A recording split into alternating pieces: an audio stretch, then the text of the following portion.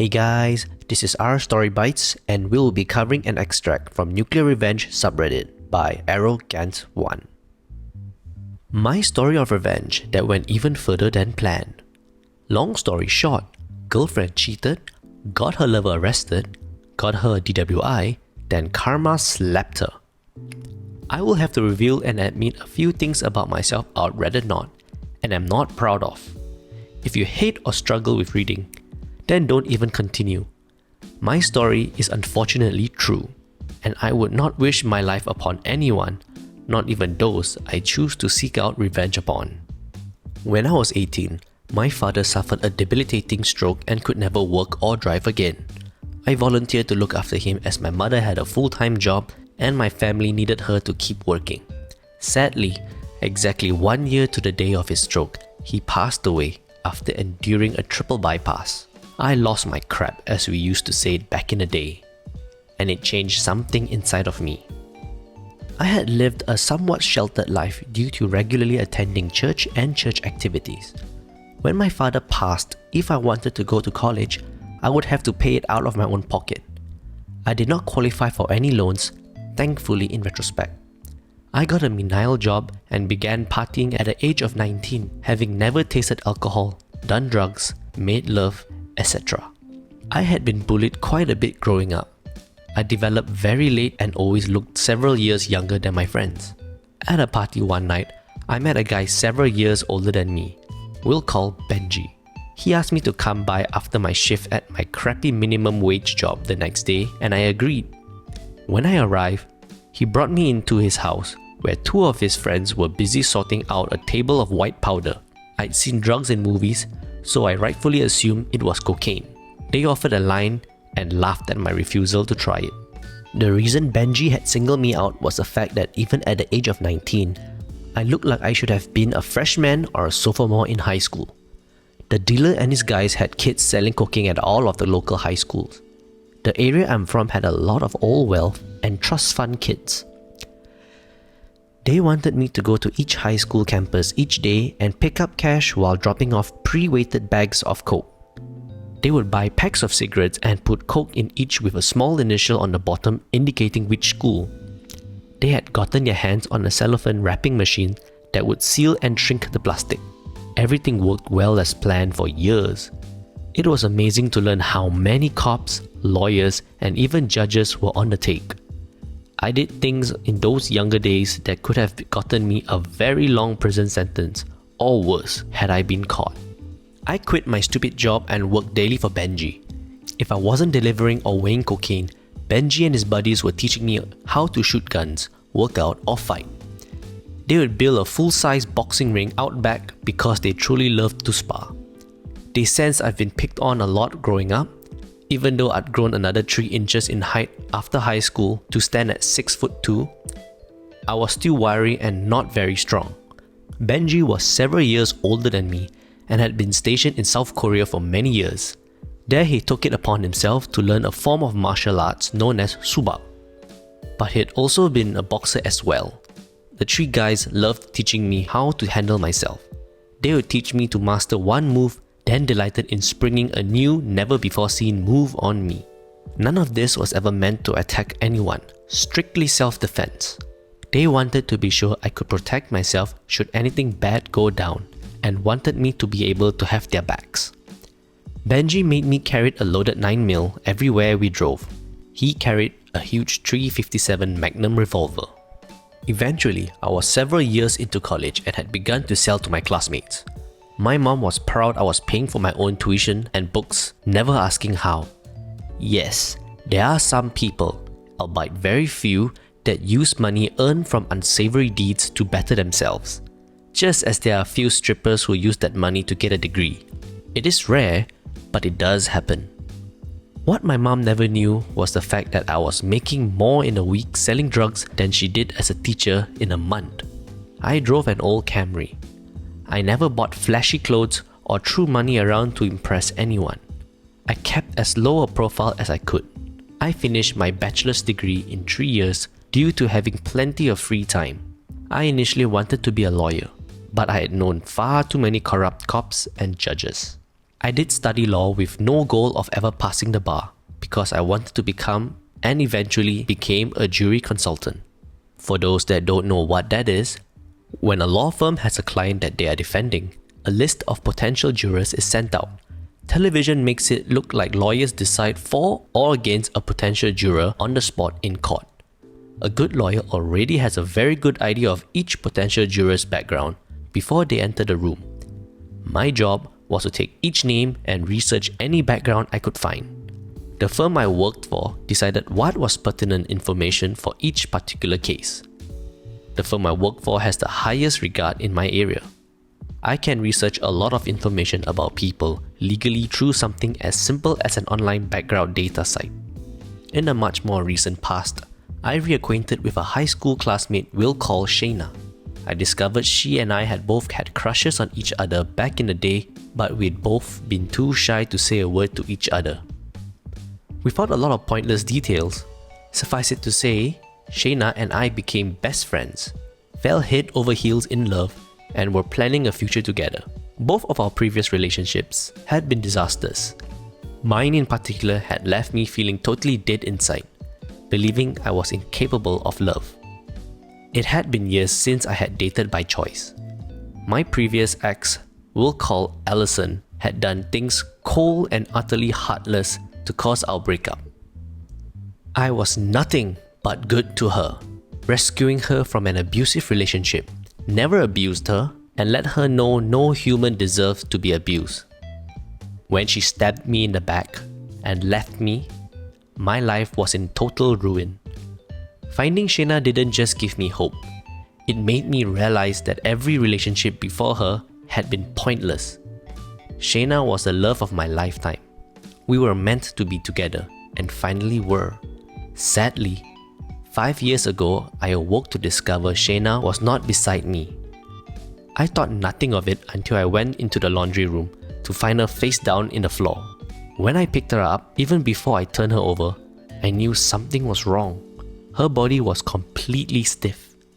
When I did turn her over, I realized she was dead. Rigor mortis has already set in, and her face was frozen in the most painful expression of agony you could imagine. I called 911 even knowing she was already dead and long past saving. I really don't want to go into details about that night. Suffice it to say that the cops suspected I'd done something or she had overdosed.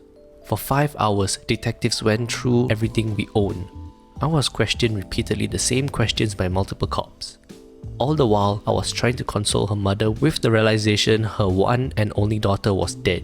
The next day, I accompanied Shayna's mother to Shayna's neurologist. Shayna had epilepsy and a doctor suspected she might have died from SUDEP, sudden unexpected death due to epilepsy, which neither of us had ever heard of. Months later, when the autopsy came back, that was the cause of death. The next few days were a blur of misery, tears, and disbelief. Devastated does not begin to express how I felt from that point for many months. I will not lie, there were many moments I thought of and even planned to take my own life. I knew Shayna would want me to live, and after seeing how the loss of a child had affected her mother, I could not do that to my own mom. I managed to face the future only by focusing on my mother, who was getting up in years at the time. I closed myself off to all friends and extended family. It was hard enough just having the fortitude to hold down my job and look after my mom. I worked out every day and did cycling for cardio. I took some Krav Maga classes to relieve stress, but I didn't even think of dating, and frankly, the idea seemed pointless. Shayna was a truly special person with a beautiful soul. I knew I could never have that kind of relationship with anyone ever again. Eventually 2 years passed, and I met a female we call Angie. We initially started hanging out as friends again, as that is what I needed most at the time. But as I opened up about what had happened with Allison and Shayna, we got closer, and Angie seemed to sympathize. We started sleeping together and eventually became a couple. I was still having to keep some focus on my mother, though I enjoyed my time with Angie. She seemed to appreciate that I actually listened, spoke honestly, and was protective of her. She said she loved me, and I admitted I loved her. I never told her a word about how I paid for college or the things I've seen or done. Shayna knew and loved me in spite of all of it.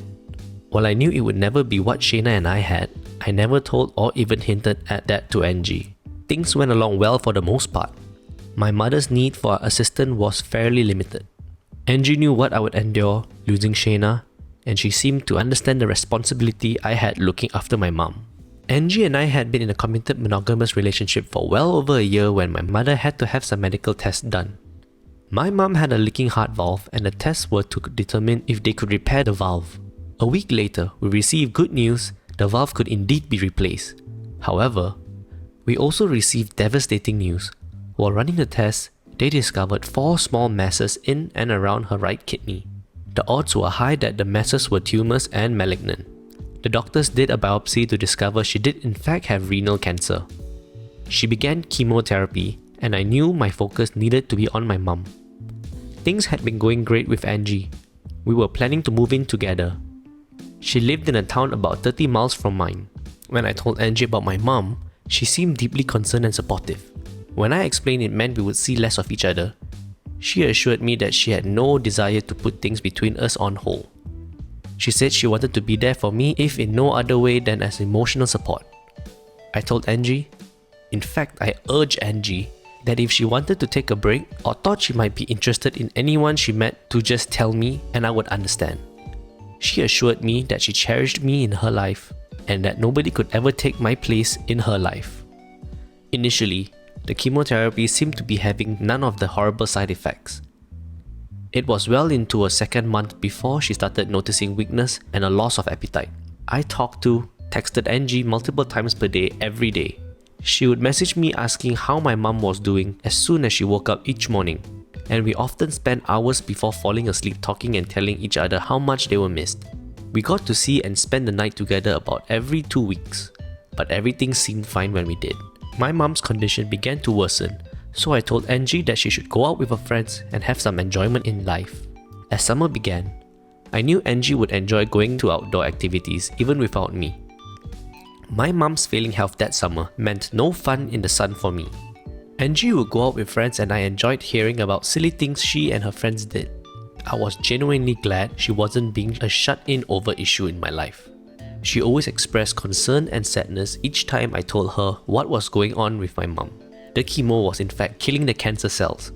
However, she was growing more and more frail. I realized cancer was no longer killing my mum. The medicine was. I needed to take a break. So a group of ladies from my mum's church came to sit with her to give me a little free time on my own. I called Angie as I was nearing her town. She gave me the address of where she and her friends were to meet them. When I arrived, I saw most of her friends which I already met. As I made my way through the house to the back deck, I saw a guy sitting very close to Angie. They were both laughing and cutting up with other friends. She introduced me as a boyfriend to the guy we will call Will. He shook my hand, insisting that he was glad to meet me. I was cordial to him. I don't think Angie suspected I immediately felt something was amiss with Will. I suppose many people get a gut feeling when they encountered someone shifty. Due to my own criminal activity many years before, my takes one to know one instinct told me there was something shady about Will. I knew he was new to their group of friends. None of them, including Angie, had known him longer than a couple of months. I must be clear that I know now what I felt at that time was not jealousy. Angie had many male friends, all of whom I genuinely like. But there was something I sensed about Will that made me a bit skeptical about his character. I tried my best to ignore it, writing the feeling off as mere jealousy. I began to talk with Angie and her friends, trying to put my mind at ease. I monitored Will from afar and interacted with him cordially. Angie and I had stayed at her place the night before I had to leave to head home. Over the next several weeks, my mother's condition began to worsen. But Angie and I spoke and texted throughout the day every day. In hindsight, I now realize I was initiating most of our communication. But at the time, I wasn't keeping count. One day, a few relatives volunteered to look after my mom to give me a break. I headed to see Angie, calling her on the way. She told me what restaurant she and her friends were having dinner, so I made my way there. I was pulling into a parking space and saw Will getting into a late model black Mustang. He pulled out, though he did not see me. Unfamiliar with my car. I made my way inside, where Angie and her friends greeted me with hugs and words of sympathy and encouragement. We all had dinner and a few drinks before Angie and I went back to our place. Before bed, I casually asked why Will had left before I got to say hello. Angie stated she had no idea Will had even been at the restaurant. The place we had eaten was in a strip mall next to several other businesses. I thought perhaps he had come out of one of those stores and neither Angie nor her friends had seen him. At any rate, I again stayed with her that night before heading back to my place about noon. The next day, my mother became very ill and had to be taken to the hospital via ambulance. She had pneumonia and was extremely weak due to the chemo and susceptible to many ailments. For 3 weeks, she was hospitalized. They gave her many medications via an IV, but her condition worsened each day. The doctors finally informed me she had at most a week to live. She knew she would not want to leave this earth in a hospital room. So the staff made arrangement for hospice to bring her home and help me make her last few days as peaceful as possible. When everything had been set up, we brought my mom home. Though extremely weak, she was glad to see her house and familiar settings once again. We both knew she didn't have much longer to live. While she was a bit afraid, she also told me she was ready to go and see my father once again after so long. I got one of my cousins to look after my mom for a few hours, got in my car and drove to see Angie without calling. I hadn't called because I was crying so hard facing my mom's impending demise. I wouldn't have been able to walk. When I arrived at Angie's house, I saw a black Mustang parked in a driveway behind her car. I actually didn't think anything of it as I was so focused on soon losing my mother. I used the key she had given me to enter into the kitchen as we always did. As soon as the door opened, I heard loud music playing but still didn't really suspected anything. I saw no one in the living room or on the back deck. I walked down the hallway towards her bedroom and hear noises coming from inside. As I reached for the door handle, I stopped. I realized the sound I heard was sexual in nature. My heart sank even further as I pulled back my hand, not wanting to draw attention. Her bathroom was connected to a guest room with an adjoining bathroom. I quietly walked around and into the unlit bathroom to find a bedroom door open. I stopped in my tracks as I saw them both completely naked going at it, oblivious to my presence. Honestly, my first instinct was to run full speed and introduce his face to the back of his skull with my knee. But I knew I had to stay out of trouble for the sake of my mother and my job. So I slowly backed away, shaking with anger. I went back through the guest room, out of the house, and to my car. I hadn't been seen. I just sat there in the car bawling my eyes out. After about half an hour, I cranked my car and headed back to my mom's. I told no one what I had just seen. Everyone assumed my tears were totally in regard to my mom.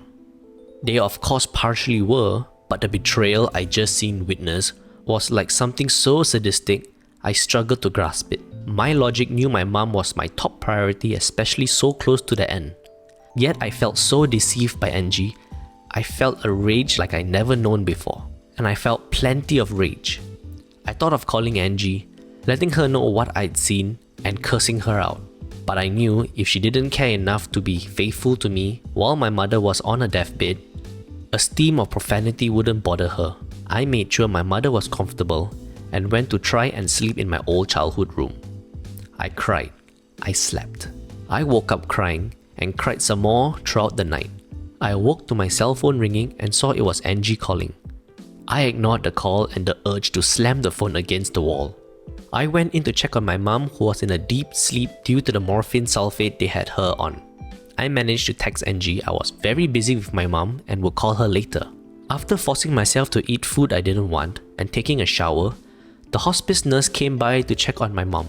After checking her vital signs, they regretfully informed me that my mother would die within 48 hours.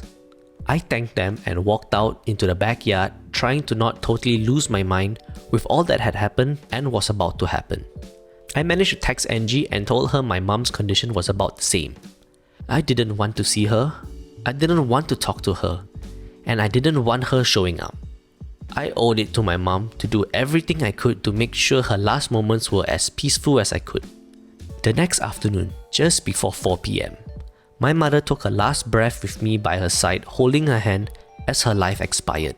The next 3 days, I was in a total daze, meeting with a pastor and making final touches on the church and burial service. but I could not for the life of me get the image of Angie and Will fornicating right in front of me out of my mind. The more I thought about it, the angrier I got. I was mad at Angie, furious. But remembering how Will had been so overly friendly towards me made my blood boil even more. If they hadn't already been intimate when I first met him, they were soon about to. That made me want to know just exactly who the son of a gun was. I opened up the site I use for background checks. I hadn't checked him out before because I wanted to trust Angie and her decision making. Outsensed from the moment I met him, he was bad news. I was actually angry at myself for ignoring my gut instincts. I knew nothing but his first name and last name. It was a distinct last name I had difficulty spelling correctly. When I finally got it right, a link popped up which I opened to see an old mugshot of Will's from many years before. I was once arrested and have done some despicable things in my life. I have known people who have done horrible things intentionally and under the influence of various substances. But Will had a long rap sheet for a variety of crimes. Several DWIs, receiving stolen goods, breaking and entering, and drug arrests were listed. As I scrolled down through his record, the arrests got more heinous. I discovered Will had been out of prison on early probation approximately 2 years after serving 9 years. When I saw the charges included sexual exploitation of a minor, statutory rape, and a host of other sexual offences, I admit I was disgusted. Angie had betrayed me, which hurts enough. The knowledge she may have risked me to God only knew what diseases that felon had gotten as a sex fiend, and then eventually in prison made me feel physically ill. I doubt Angie had any idea who she was involved with behind my back. She had a naive, trusting nature that had given her issues before, but never like that. I had no doubt anyone who knew of Will's record would have considered him a vile creature. He should never have been let out of prison. But I had my mum's funeral to focus on and had to pull myself together. By the time her funeral was over and everyone had left, I was exhausted and mentally spent. As I put my head on the pillow to try and sleep, Angie called not knowing my mum had passed or that I knew what she'd been up to. She'd been texting and calling much less in the days before my discovery and after. I answered the phone and tried myself to sound as glad to hear from her as I could. I didn't let on anything had changed with my mum's status, nor that I knew about her and Will, or that I knew about Will. I let her do most of the talking and internalize every word I knew to be a lie, as if I totally believed her and appreciated her false sympathy. When she claimed she missed me as we said goodbye, I lied and told her the same. But in all honesty at that moment, if she dropped dead, I would not have cared in the least. I had a few weeks off from work for bereavement. I knew things with Angie were over and done with. But part of me couldn't help but struggle with how cruel she had treated me. Intentionally or not, I was glad to know the truth about her and about Will before any further lies and betrayal could occur. But I felt what both of them had done to me at a time when I was struggling to keep it together was just flat out wrong. I wanted revenge. I wanted to destroy both their lives and yet never let either know I had any part of any of it. I called my Human Resources Department and filled out the necessary FMLA, Family Medical Leave Act, paperwork to stay out longer than my given 2 weeks. I truly had no reason to worry about getting fired. But I took the legal route and had enough of a nest egg to pay my bills for half a year or more if I needed to. Revenge on Will was quite easy. As he was on parole and a felon, even a minor charge would get him sent back to prison to finish his original sentence. But I didn't want him to just have to finish out his original sentence. I wanted new charges that would bring him so much time behind bars he never saw freedom again. I'd met his parole officer on many occasions and she knew me well enough that if I had called, she would have investigated Will. Felons have difficult times gaining employment. If he had a job, I had my doubts he was gainfully employed to be able to afford a new Mustang and insurance. I parked down the street from Angie's in a car she would not be familiar with. I saw Will's car in her driveway. I had 2 iPhones on my account, one for work and the other for personal use. I walked down to his car and stealthily duct taped my work phone securely to the underside of his back bumper. Back in my car, I used the Find My iPhone app to locate my work phone where I knew it to be. Around 2 AM, when I heard him rev his engine before pulling off her driveway, I casually followed him, not wanting him to suspect he was being followed. I was about a quarter mile away from the phone signal when I noticed my phone had stopped moving. I followed the signal to a cruddy looking house in a below average part of Angie's town. His car was parked and he'd already gone inside. I wrote down the license plate number and parked down the street. I slept several hours in view of his house after seeing no activity. When the sun rose, I went and bought some breakfast to eat and returned. Over the course of the day, it was easy to tell either Will had a lot of friends who saw no reason to stay and talk very long, or he was dealing. He was most likely dealing a highly addictive substance like cocaine, heroin, or meth. After a few hours, many customers returned for more of the narcotics it was obvious he was selling. I took photos of each car that stopped by along with some video. I went back each day about the same time to document the continuing activity. I also observed each night about 6 PM when I knew Angie was getting off of work, he would leave.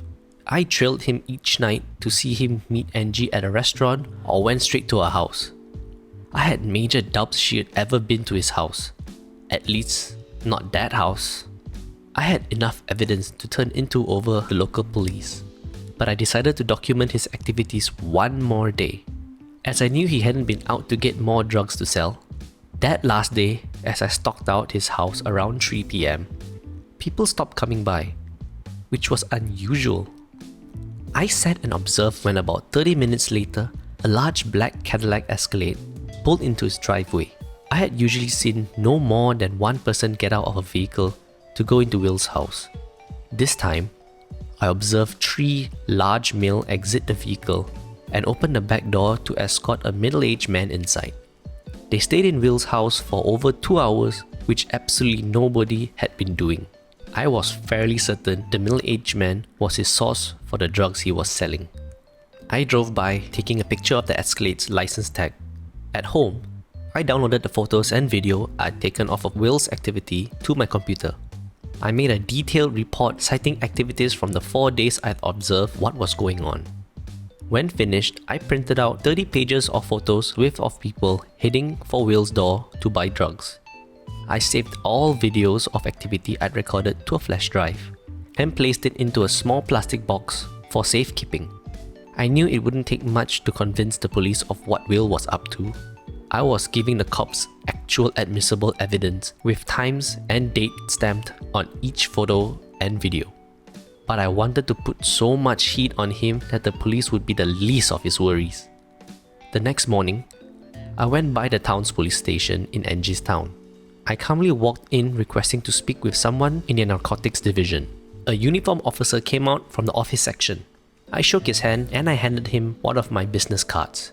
He stared at the card for several seconds as 2 of the lawyers in the firm I worked for regularly worked in Angie's town. The cop knew the business card carried quite a bit of clout even if I never passed the bar exam. I told him I had some information he might want to take a look at.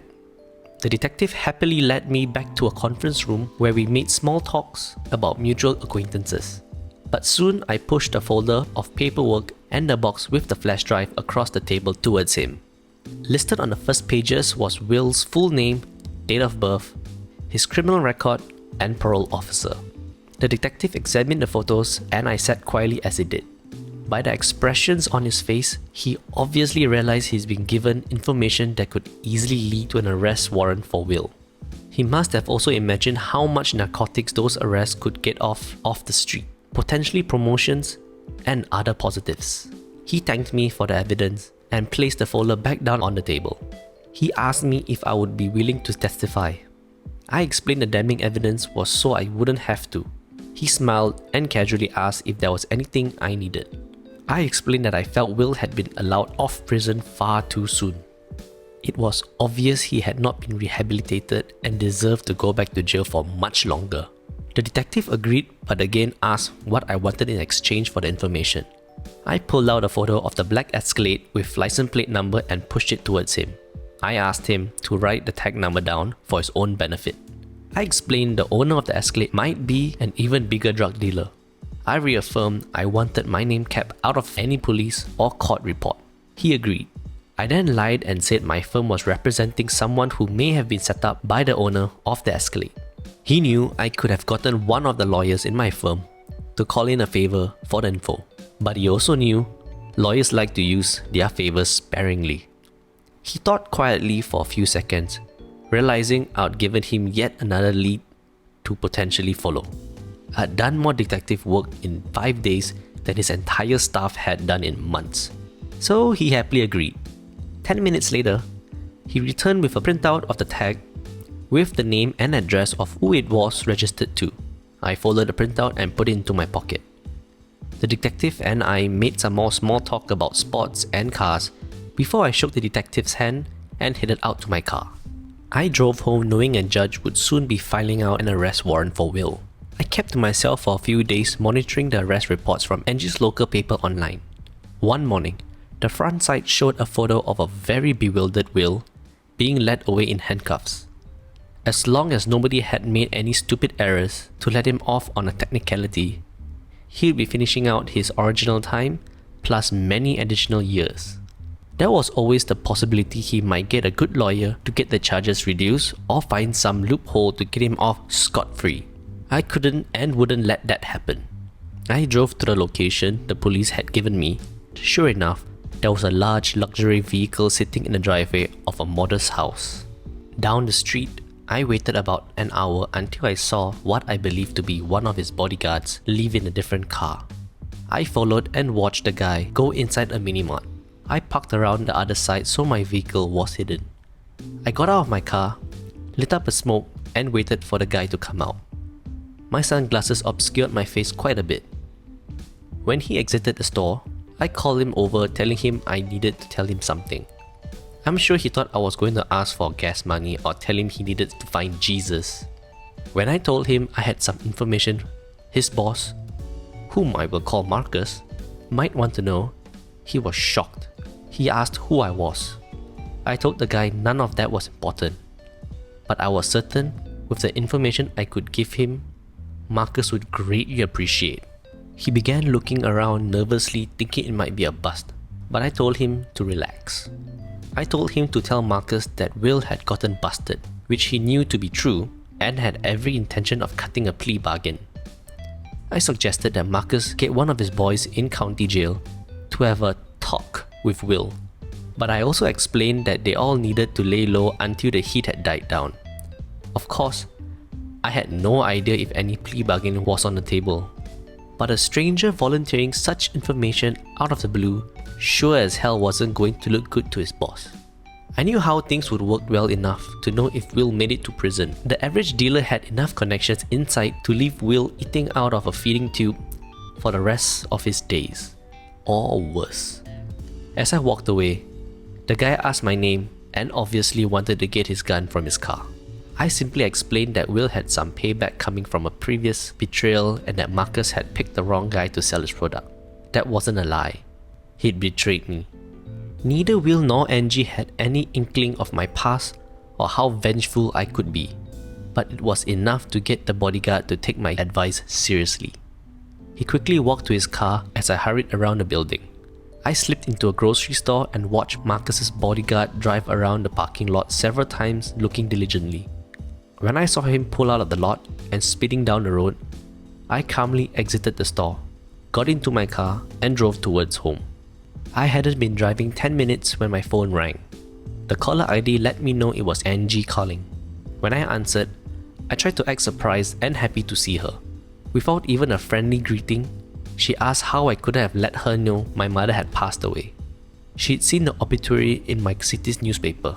I simply replied it had seemed she was busy enjoying life and that I didn't want to burden her with my grief.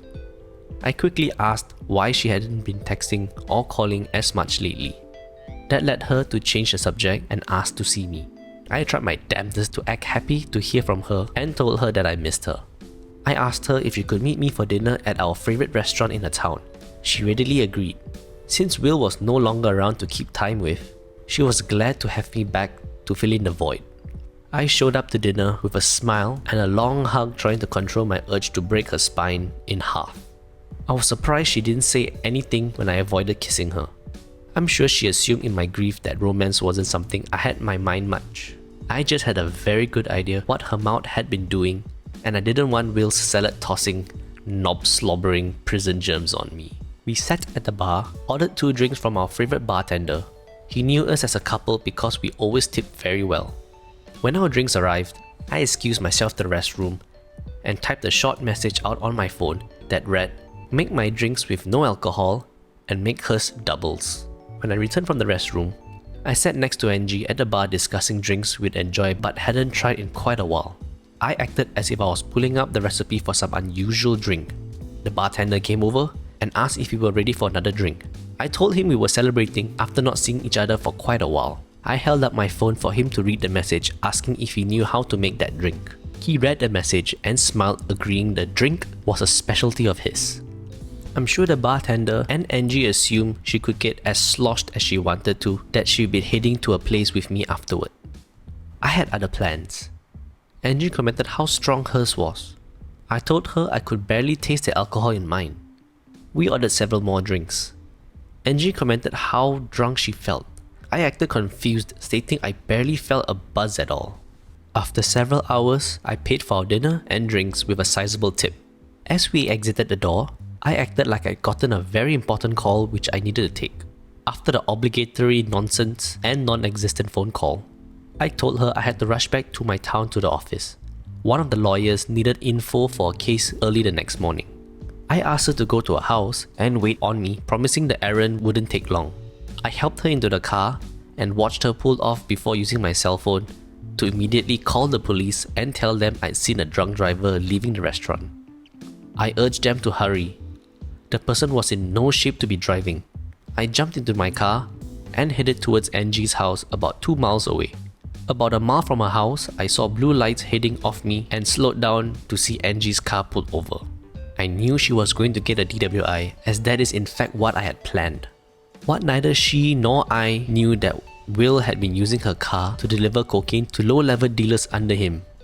They did the obligatory search of Angie's car and found several ounces of cocaine stashed beneath the back seat. I had absolutely no intention of getting her arrested for narcotics possession with intent to sell.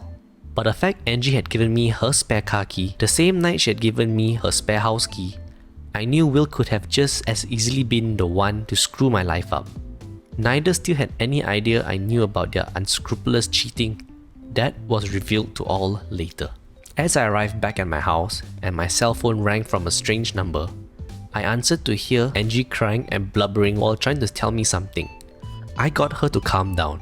I actually wanted to hear what she had to say. She managed to tell me she was in jail, to which I innocently asked where and for what. When she told me what she had been arrested for, I was genuinely shocked about the drug arrest. I asked her what she wanted me to do. She wanted me to help get her out and asked me to post bond. I explained since my mom had died, I couldn't risk putting up any of my property due to probate issues. I could have easily put my own home up as collateral, but I viewed her drug charges as collateral damage, and she had damaged my life enough. The charges for possession of cocaine with intent to distribute carried mandatory time. I felt after what she had done to me, with who she betrayed me with, part of her deserved what was coming to her. I went to her arraignment and sat in the back hoping not to be noticed. As she entered the courtroom, she saw me. I gave her a look of confusion as to how she could ever be arrested for such a crime. I knew damn well how, of course, but I had to act totally oblivious.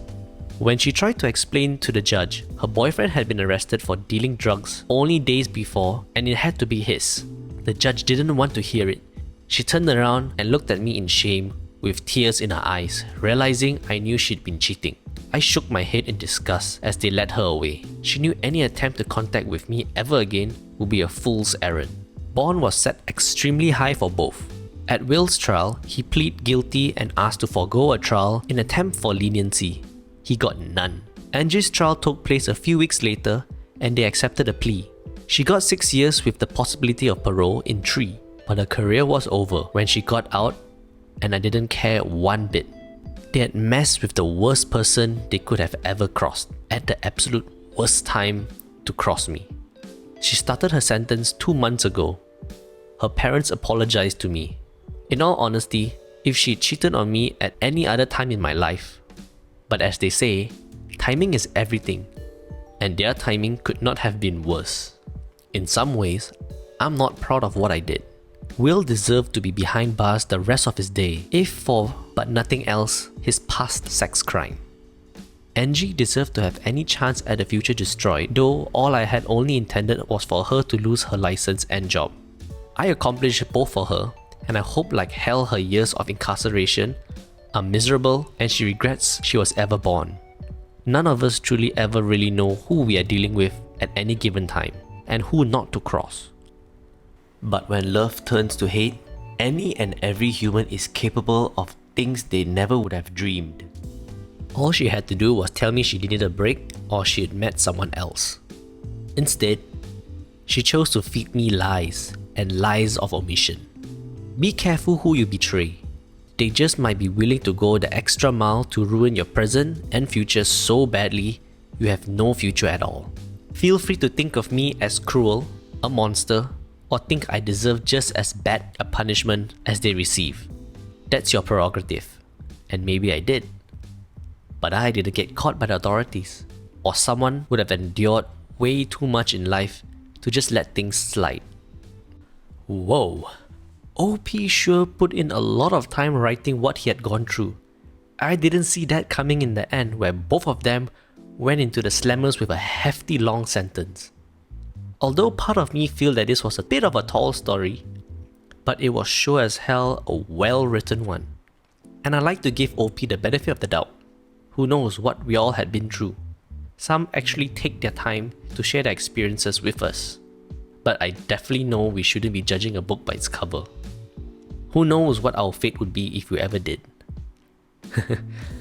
Anyway, I hope you liked that post. Please do like this video if you find it interesting, and maybe consider subscribing if you haven't already. Bye for now.